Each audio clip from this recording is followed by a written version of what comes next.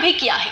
अभी देश के 11 बड़े बंदरगाह, गुजरात के 5 port, Bengal port, Tamil Nadu port, Goa port, Kerala port Adani के कब्जे में है। 7 बड़े airport, Mumbai airport, Ahmedabad airport, Jaipur, Lucknow, Thiruvananthapuram, Guwahati पर अडानी का कब्जा है। लेकिन इन पोर्ट्स पर लगभग सारा माल अंतर्देशीय बंदरगाहों से आता है, जिन्हें ड्राई पोर्ट्स कहा जाता है, जो कानकोर के पास है। कानकोर ही कंटेनरों के लिए रेल परिवहन प्रदान करता है, जो पोर्ट संचालन के लिए सबसे महत्वपूर्ण है।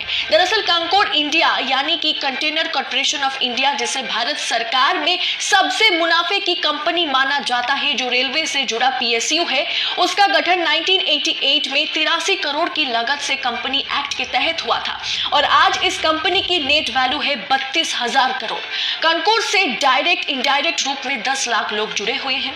इस वक्त कानकोर देश के लॉजिस्टिक क्षेत्र में लगभग 72% की हिस्सेदारी है। इसके कुल 83 टर्मिनल है, जो देश भर में अलग अलग स्थानों पर 43 टर्मिनल रेलवे की जमीन पर हैं, जिनकी अनुमति लागत जो है वो कम से कम 25,000 करोड़ की है।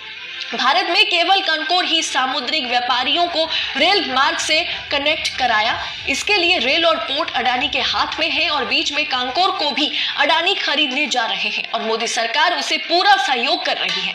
इसलिए पत्रकार गिरीश मालविया ने कहा है कि 2024 तक इंडिया नहीं रहेगा, बल्कि इस देश का नाम अडानी रिपब्लिक हो जाएगा। बात मजाक लायक बिल्कुल नहीं है, ये मुद्दा काफी गंभीर है।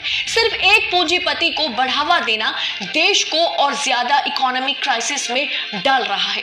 मोदी सरकार तमाम तरीके से अडानी को लगातार फायदा पहुंचाती हुई नजर आ रही है। 2017 में मोदी सरकार ने अडानी को 500 करोड़ का ऐसा फायदा पहुंचाया था जिसमें बवाल मच गया था। मोदी पर इसके बाद आरोप लगा कि 2019 में बीजेपी की फंडिंग जो है, चुनावी फंडिंग जो है, वो अडानी ने ही की थी। अडानी से कई बार यह सवाल पूछा गया कि क्यों आपके विकास के पीछे नरेंद्र मोदी का हाथ है।